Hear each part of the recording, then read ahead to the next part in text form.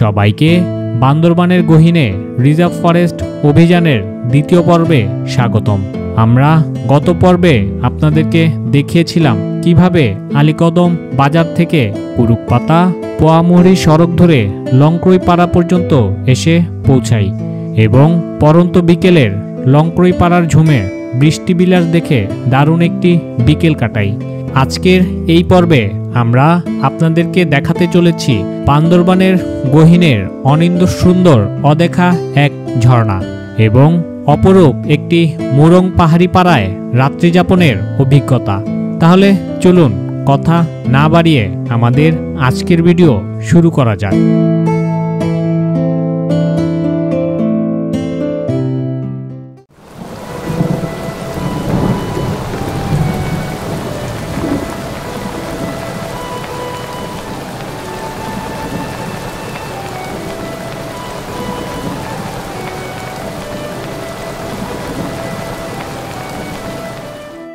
আমরা পাহাড়ে ঝুম বৃষ্টি উপভোগ করলাম। এই ঝুম ঘরে এখান থেকে ড্রোন ফ্লাই করে আপনাদের উপরে ভিউগুলো দেখালাম যে কতটা সুন্দর একটা সময় পার করেছি আমরা বিকালের সময়। আর এখন দেখেন ঘড়িতে 5:44, অর্থাৎ প্রায় 6টা। আমাদের পাড়ায় পৌঁছতে হয়তো বা সন্ধ্যা হয়ে যাবে। লংক্রইপাড়ার ঝুমঘরে অসাধারণ একটি বিকেলের মুহূর্ত কাটিয়েছি। পাহাড়ের প্রকৃতি যেন তার রূপ বদলায় প্রতি ক্ষণে ক্ষণে, আর এই রূপের টানেই হয়তো ছুটে চলেছি এক পাহাড় থেকে অন্য পাহাড়ে। যে মেনলকপাড়ার কাছাকাছি চলে আসছি আমরা। আমাদের আর 15-20 মিনিট গেলেই মেনলকপাড়া, এটা থেকে নামলেই মেনলকপাড়া। আচ্ছা, আর এটা হলো কালাপা পাহাড়। এই যে এটা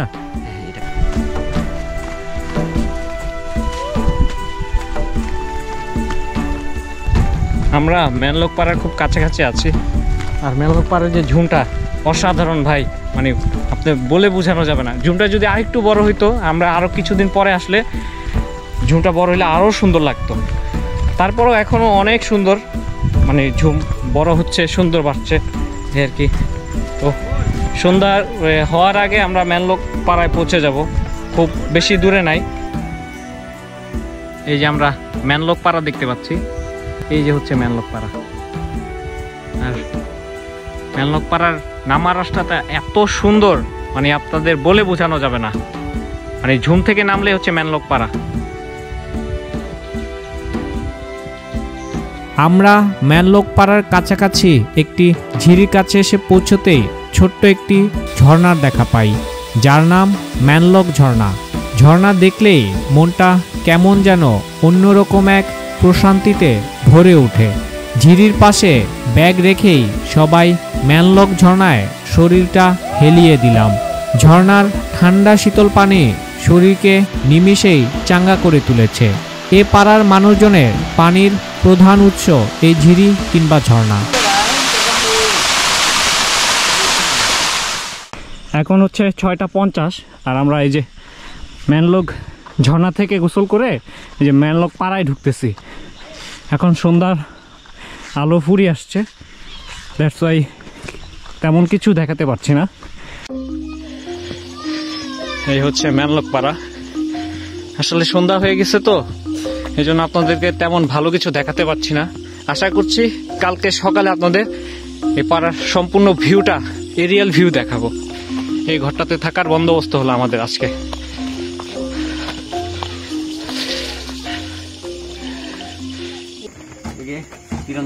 কিরণ দাদার ঘর। ও আচ্ছা আচ্ছা। আর ওইটা কিরণ দাদার বাবা। ও আচ্ছা আচ্ছা, উনি কিরণ দাদার বাবা না? আচ্ছা। এখানে কয় পরিবার পিয়াস ভাই? পাড়ায় 10 পরিবার। 10 পরিবার। ওনারা কি মুরং? হ্যাঁ, মুরং। মুরং দোপ্রেং ভাষার অধিকারী। আচ্ছা, দোপ্রেং ভাষায় কথা বলে। আচ্ছা আচ্ছা। এখন হচ্ছে সন্ধ্যা 7:30 আর আমরা হচ্ছে মেনলক পাড়ায় আসছি। আমাদের রাতের প্রস্তুতি চলছে। আমরা ঝিরির পানিতে গোসল সেরে এখন রাতে রান্নার আয়োজন করছি আমরা। পিয়াস ভাই কি অবস্থা? আচ্ছা, আজকে আমাদের কি আয়োজন চলছে? আমরা রাতে কি খাবো? ভাত রান্না হচ্ছে। আচ্ছা, তারপর ডাল, আর অনেক দূর থেকে আসছে গরুর মাংসের শুটকি। আচ্ছা, যেটা দেলোয়ার কাকা প্রসেস করে আনছে খুব সুন্দরভাবে। আচ্ছা, কারণ এই পাড়াতে ব্যারামের কারণে মুরগি, হাঁস এগুলো কিছু পাওয়া যাবে না।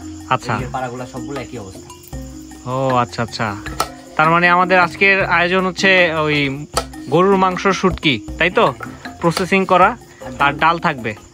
আচ্ছা, এই যে দেখুন, ডাল চলে আসছে, দেশি ডাল। আর সবাই মিলে আমরা দ্রুত গতিতে আমরা কাজ এগিয়ে নিয়ে যাচ্ছি। পাহাড়ের মজাই এটা, এটা একটা মজা পাহাড়ে যে আসার পরে ট্রেকিং করে আসার পরে সবাই মিলে রান্না করা। আচ্ছা, সেদিনের মতো সন্ধ্যা নামার সাথে সাথেই আমরা ম্যানলোকপাড়া এসে পৌঁছাই। সমতল থেকে পাহাড়ে দিনের আলো খুব দ্রুতই ঘনিয়ে আসে। যাই হোক, ম্যানলোকপাড়ায় আমরা কিরণ দাদার ঘরে উঠেছিলাম। আজ রাতে আমাদের খাওয়ার জন্য পাড়ার বিভিন্ন ঘরে একটি পাহাড়ি মুরগির খোঁজ করতে থাকি। খোঁজ করতেই জানা গেল এ পাড়াসহ আশেপাশের বিভিন্ন পাড়ায় হাঁস মুরগি নানাবিধ রোগে আক্রান্ত। তাই অনেক খোঁজ করার পরেও হাঁস কিংবা মুরগির ব্যবস্থা করা যায়নি। কি আর করার। এদিকে গ্রুপের সদস্য দেলোয়ার ভাই বিশেষ এক প্রক্রিয়ার মাধ্যমে ঢাকা থেকে গরুর মাংসের শুটকি করে নিয়ে এসেছেন, যা আমাদের আজকে রাতের প্রধান খাবার। তারপর সবাই মিলে রান্নার কাজ খুব দ্রুতই শুরু করি। রান্নার কাজ এগিয়ে নিতে এক একজন এক এক কাজে ব্যস্ত। আর এদিকে পাড়ার সবাই আমাদের দেখতে এসেছেন। সবাইকে দেখে আমরাও বেশ খুশি। জানতে চাইলাম পাহাড়ে এবছর ফসল ভালো হয়েছে কিনা, এবং আরও জানতে চাইলাম পাহাড়ে এবছর কোনো বড় ধরনের মহামারী দেখা দিয়েছে কিনা।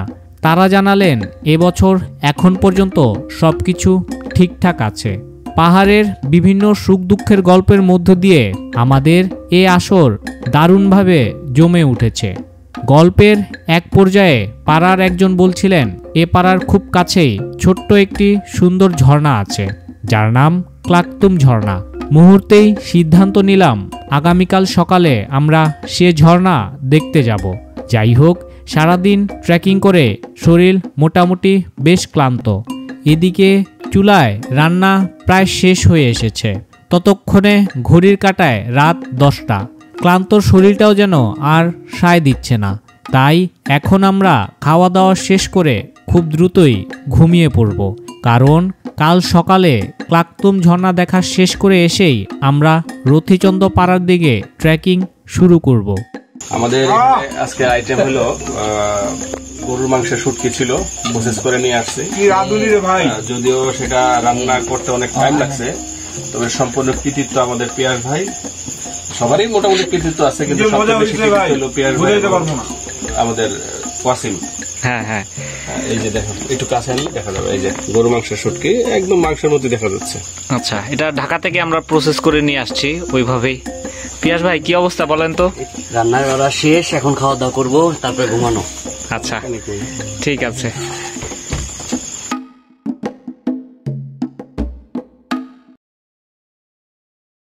গুড মর্নিং ফ্রম ম্যানলোকপাড়া। এখন হচ্ছে সকাল 8:30। আমরা ঘুম থেকে উঠলাম, আর চলেন পাড়াটা একটু দেখা যাক। এই যে পাড়ার কি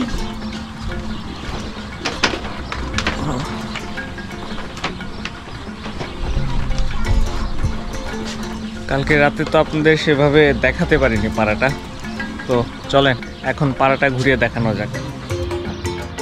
বান্দরবানের গহীনে পাহাড়ি এক মুরং অধ্যাসিত পাড়া থেকে সবাইকে শুভ সকাল। মোট 10টি পরিবার নিয়ে গঠিত এই পাড়াটির নাম ম্যানলোকপাড়া।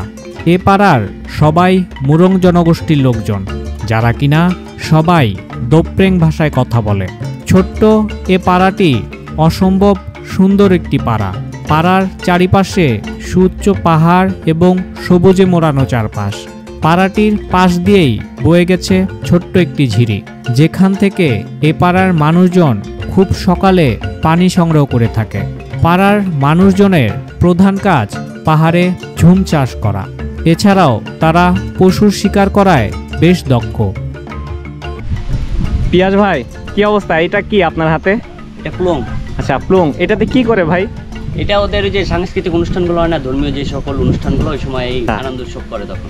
এখনো ঠিক পুরোপুরি ঠিক হয় না, এই প্রক্রিয়াধীন আছে, এটা ওরা ঠিক করবে। তার মানে এখন বাজানো যাবে না, তাই তো? বাজানোর মতো অবস্থা এটা নাই। আজকে আপাতত ডেস্টিনেশন আমরা ক্লাকতুম ঝর্ণা দেখতে যাব, যেটা আমার কাছে খুব পছন্দের একটা ঝর্ণা, আমার নিজের অনেক পছন্দ। ক্লাকতুম দেখে কি আমরা এই পাড়াতে আবার ফিরে আসবো? এই পাড়াতে আবার ফিরে আসবো, ফিরে আসার পরে কিছু সময় রেস্ট করবো আমরা এই পাড়াতে, করে আমরা রথিচন্দ্র পাড়ার দিকে এগিয়ে যাব। আমরা ক্লাকতুম ঝর্ণার দিকে যাচ্ছি। আর এই পাড়া নিচে যে কালকে যে গোসল করেছিলাম সেই ঝিরি ধরে আমরা আগাবো। এই যে দেখেন কত ঢালু একটা রাস্তা দিয়ে আমরা যাচ্ছি। আর এই যে দিদিরা হচ্ছে এই যে কাঁঠাল নিয়ে আসতেছে, দেখেন পাহাড়ে একদম টাটকা সতেজ কাঁঠাল, ফরমালিন মুক্ত। এই পাড়াতে অনেক পরিমাণে কাঁঠাল এবং লিচু গাছ আছে। এই যে দেখেন লিচু গাছ, ওই পাশে অনেক বড় বড় লিচু দেখা যাচ্ছে। চলেন আপনাদের লিচু দেখে নিয়ে আসি। এই যে লিচু গাছ। আসলে পাহাড়ে আসলে পাহাড়ের যে ফলমূল এগুলো টেস্ট করবেন। হ্যাঁ, আমি আসলে ঢাকায় অতটা কাঁঠাল প্রেমী না, কাঁঠাল অতবা খাইও না অতটা। পাহাড়ে আসলে লিচু আর কলা, আম এগুলো আপনার মাস্ট খাবেনই। হ্যাঁ, যদি সিজনের সময় আসেন। চলেন তেমন একটা জিনিস দেখাই। এই যে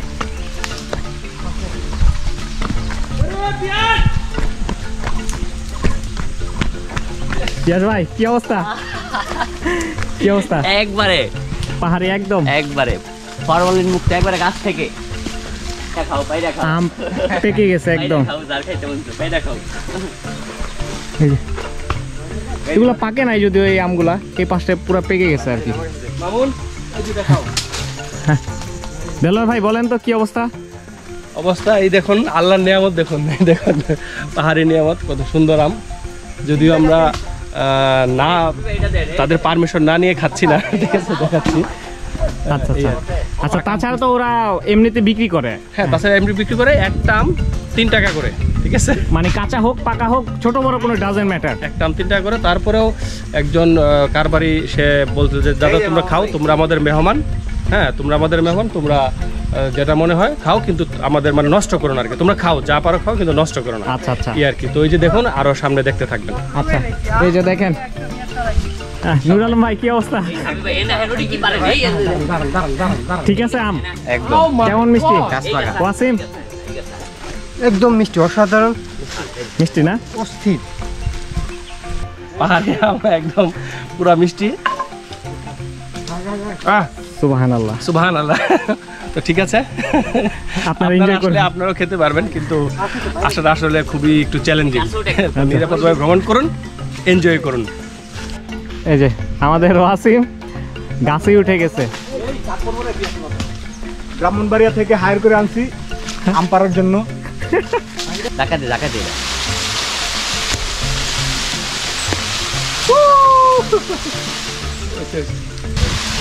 এই ডালটা দইরা শহরের মাথায় করবো। ওয়াসিম তোমার পায়ের সাথে একটা ভাইয়া ওই সেই চার পারিস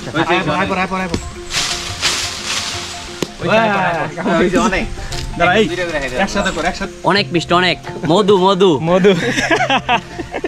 এই যে দেখেন কত সুন্দর আম। এই যে এগুলো আমাদের ওই যে ওয়াসিমকে মানে স্পেশালি থ্যাঙ্কস যে আমাদের এই যে এত সুন্দর করে পেরে খাওয়ার জন্য। আর কি মানে লোকটা সামলাতে পারলাম না, লোকটা শুধু মারামারি করতে পারে না, ওরা কাজও অনেক। এই যে অবস্থা একদম ফরমালিন মুক্ত। যাক, তবে এইসব মানে ফিল নিতে হলে অবশ্যই আপনাকে পাহাড়ে আসতে হবে। পাহাড়ে এসে কেবল এইসব ফিল নিতে পারবেন আপনারা। চলেন একটু লিচু দেখিয়ে নিয়ে আসি আপনাদের। পাহাড়ে আসলে যে কি কি পাবেন আর কি খাবেন, আসলে খাবারের অভাব নাই ভাই পাহাড়ে, সিজনে যদি আসতে পারেন। আপনারা মনে করেন না যে এটা অনুমতি ছাড়া খাচ্ছি। কি নাম দাদা আপনার? রানিক। আচ্ছা, এই লিচু গাছ কি একটাই দাদা নাকি আরো আছে এখানে? ছোট আম গাছ, ছোট আম। আমাদের পিয়াজ ভাই কষ্ট করে আমাদের জন্য যে লিচু সাইজের আম। পিয়াজ ভাই এগুলো কি লিচুর মতো কি দেখা যাচ্ছে বলেন তো? এটা আম কিন্তু অনেক ছোট। আচ্ছা, সবচেয়ে ছোট জাতের আম এগুলো। আচ্ছা একটু দেখান তাহলে সবাইকে। এই যে রসমালাইয়ের মতন গোল গোল রসমালাই। আচ্ছা একটু টেস্ট করেন তো অন ক্যামেরায়। একটু টক টক, কিন্তু টেস্টটা অন্যরকম। কেমন পিয়াস ভাই? একটু টকটক হলেও ফ্লেভার মজা আছে, অন্যরকম। স্বাদ ভালো। স্বাদ ভালো না? আচ্ছা, যে আমরা আম খাওয়া দাওয়া শেষ করে এখন আমরা ক্লাকতুং ঝর্ণার দিকে যাচ্ছি। আর এই পথটা ঝিরির পথ, এই যে ঝিরি। পানি বেশি আছে নাকি এখানে? ঘুম কত সবাই একটু দেখে আসবেন, আর মোবাইল টোবাইল সব পলিথিনে ভরেন সবাই। পকেটে কিছু অল্প রাখেন, কবি। পকেটে কিছু রাখেন না। আমরা ঝিরি ধরে ক্লাকতুম ঝর্ণার দিকে এগোচ্ছি। ম্যানলকপাড়া থেকে ক্লাকতুম ঝর্ণার দূরত্ব আনুমানিক প্রায় 20 মিনিটের মতো। এদিকে গতকাল বৃষ্টি হওয়ার কারণে ঝিরিতে মোটামুটি বেশ ভালো পরিমাণের পানি আছে। এ পথে টুরিস্ট খুব বেশি আসে না বললেই চলে, তাই এখানকার প্রকৃতি এখনও বুনো অবস্থায় আছে। ঝিরির চারিপাশে বিভিন্ন ধরনের উঁচু নিচু গাছপালা এই ট্রেলকে আরও ভয়ঙ্কর সুন্দর করে তুলেছে। ঝিরি ধরে এগুতেই আশেপাশে কয়েকটি জন্তু ধরার ফাঁদও আমাদের দৃষ্টিগোচর হলো।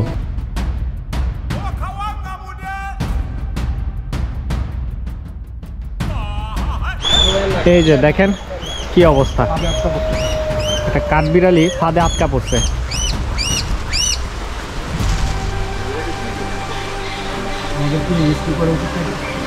না না, এটা যারা শিখে ওদের তো ভাই আমি খেতে চাহিদা মিটিয়ে। এই যে দেখুন কি অবস্থা। পিয়াস ভাই, এটা কিভাবে কি হলো? এটা ফাঁদ পাচ্ছিল, আচ্ছা পাহাড়িরা ফাঁদ পাচ্ছে, ওই ফাঁদে আটকা পড়তে পারছে। আচ্ছা যেটা ওরা রাতে খাবে হয়তো যদি আসে। আচ্ছা, এই যে দেখুন এটা ওদের প্রকৃতির নিয়ম, প্রতিদিন নিয়ম, কিছু করার নাই। আমরা যেমন মাছ মাংস অ্যাভেলেবেল খাইতে পারি, ওরা তো আর এরকম খাইতে পারে না, ওরা শিকার করে করে খায় বা ফাঁদ পেতে খায়। আচ্ছা, তার মানে এই পুরো বাসটার মধ্যে এই পাশেও তাহলে ফাঁদ আছে, তাই না? না না, এখানে ফাঁদ করা, ও এদিক দিয়ে হেঁটে যেতে গিয়ে ও আটকা পড়ছে। ও আচ্ছা আচ্ছা, ঠিক আছে।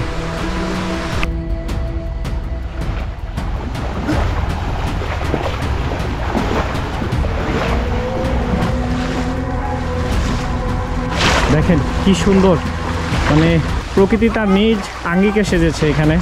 এখনও বন্য অবস্থায় আছে এই ট্রেনটা, কারণ মানুষের এরকম যাতায়াত এখানে নেই, বা অনেকেই ক্লাকতুং ঝর্ণা যে আছে এইটাই হয়তো বা অনেকে জানে না আর কি। যারা অভিজ্ঞ এই রুটে তারা হয়তো বা চিনে থাকতে পারেন বা আসেন।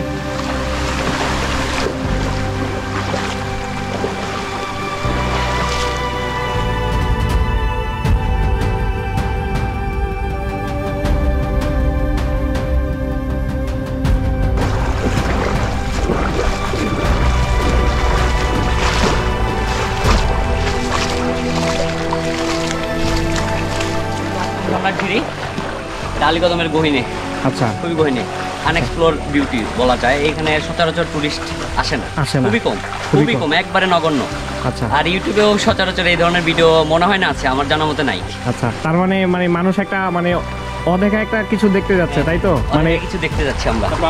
আর আমার কাছে খুব পছন্দের একটা ঝর্ণা এটা, ছোট হলেও এটা অনেক ভালো লাগে। এখনো ঝিরিটা এখনো ওয়াইল্ড অবস্থায় আছে, তাই না? ওয়াইল্ড।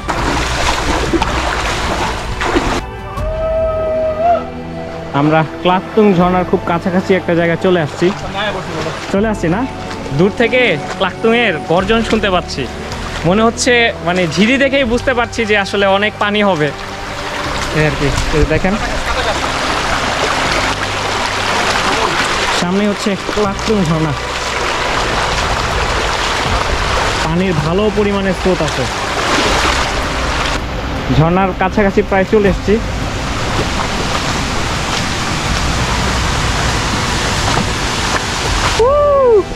দেখা যাচ্ছে, চলেন।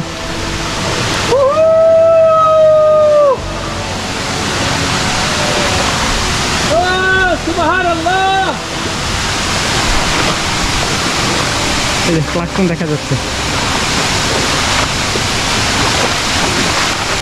চলে এসেছি আনহাইট বিউটি ক্লাকতুং। সুবহানাল্লাহ, খুবই সুন্দর, খুবই সুন্দর ভাই, অসাধারণ। ক্লাকতুং এর প্রেমে পড়ে গেলাম, জাস্ট উড়ে গেলাম ভাই।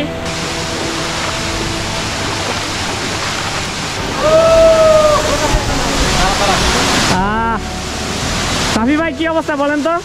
এই তো চায়ের আয়োজন করতেছি। চায়ের আয়োজন করতেছি, মানে ঝর্ণা দেখবো আর চা খাবো। আমরা পাড়া থেকে ওই আমার একটা স্টিলের মগ আছে, চা, তারপরে চিনি, এগুলো সব নিয়ে আসছি। আর শাফি ভাই আগুন জ্বালানোর ব্যবস্থা করতেছে। আমরা মোটামুটি একটা কোয়ালিটি টাইম স্পেন্ড করার জন্য প্রস্তুতি নিচ্ছি। আচ্ছা, পলিথিন আছে কার কাছে? পলিথিন লাগবে? পাহাড়ের বুকে জমে থাকা আকাশের জল যখন নিজেকে মুক্ত করে ফেলে তখনই জন্ম হয় ঝর্ণার। পাহাড়ের পাদদেশে একটি ঝর্ণা এতটা মুগ্ধতা ছড়াতে পারে তা এখানে না আসলে হয়তো বুঝতেই পারতাম না। বর্ষা মৌসুম আসার আগেই ঝর্ণার এই রূপ, না জানি ভরা বর্ষা আসলে এই ঝর্ণা কতটা ভয়ঙ্কর সুন্দর রূপ ধারণ করে তার নিজ সাজে সেজে উঠবে। ক্লাকতুম ঝর্ণা থেকে আজ বিদায় নিচ্ছি। দেখা হচ্ছে রিজার্ভ ফরেস্ট অভিযানের তৃতীয় পর্বে।